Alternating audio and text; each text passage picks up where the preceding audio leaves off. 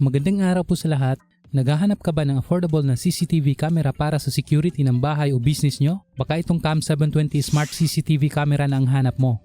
Sa halagang 300 pesos ay meron ka na nito. Kaya i-check mo na yung product icon para makapag-order. Pero bago natin i-check yung mga specs and features niya, ay unbox muna natin ito.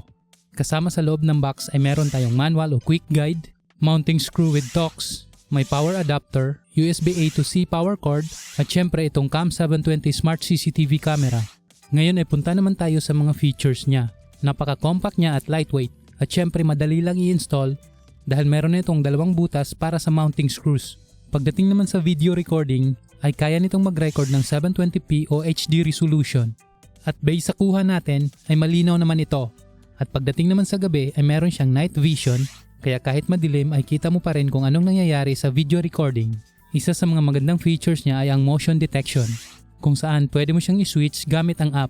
Kailangan mo lang i-set up ang detection zones at may mga options ito para sa sensitivity.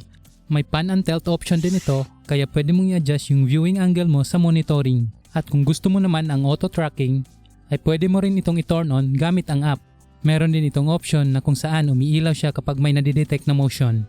Kailangan mo lang iset yung night vision mode niya sa intelligent fall color, at kung gusto mo naman na laging umiilaw yung white light ay set mo siya sa scheduled full color. Pwede mo ring i-turn on ang app notifications at alarm kapag mayroong nadidetect na motion itong CCTV camera na to. Isa pang magandang feature nito ay ang two-way audio, kung saan pwede kang makinig at magsalita sa camera gamit ang app. Punta na tayo sa connectivity. Supported nito ang Wi-Fi, kaya di mo na kailangan ng wired connection. I-connect mo lang siya sa Wi-Fi network nyo at i-set up gamit ang Cam720 app. Pagdating naman sa setup ay ipa-plug in o ipa-power on mo lang ito gamit ang kanyang power adapter at USB-C cable. Pagkatapos ay install mo yung app sa Play Store o scan mo yung QR code na kasama sa manual nito para ma-download. Pagkatapos ma-install yung app sa smartphone ay kailangan mo munang mag-sign up at gumawa ng account gamit ang active email mo para ma-manage itong CCTV camera na to. Sundan mo lang yung installation guide ng app at kailangan mong i-enable ang GPS at Bluetooth sa first time setup at installation.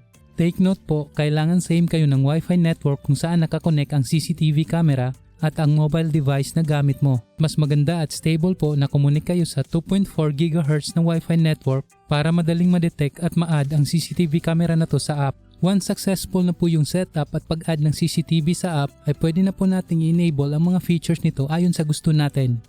Pwede mo na rin itong i-monitor kahit saan, basta meron lang internet connection o nakakonect sa Wi-Fi yung CCTV at meron kang internet access sa mobile phone mo. Pagdating naman sa storage ay supported nito ang microSD card na up to 256GB, kung saan doon niya isi-save yung mga live recordings ng CCTV na to. Meron din po siyang option na cloud storage para sa recordings. Yun nga lang, meron po itong bayad, kaya ang may sasuggest ko ay local storage recording na lang gamit ang microSD card.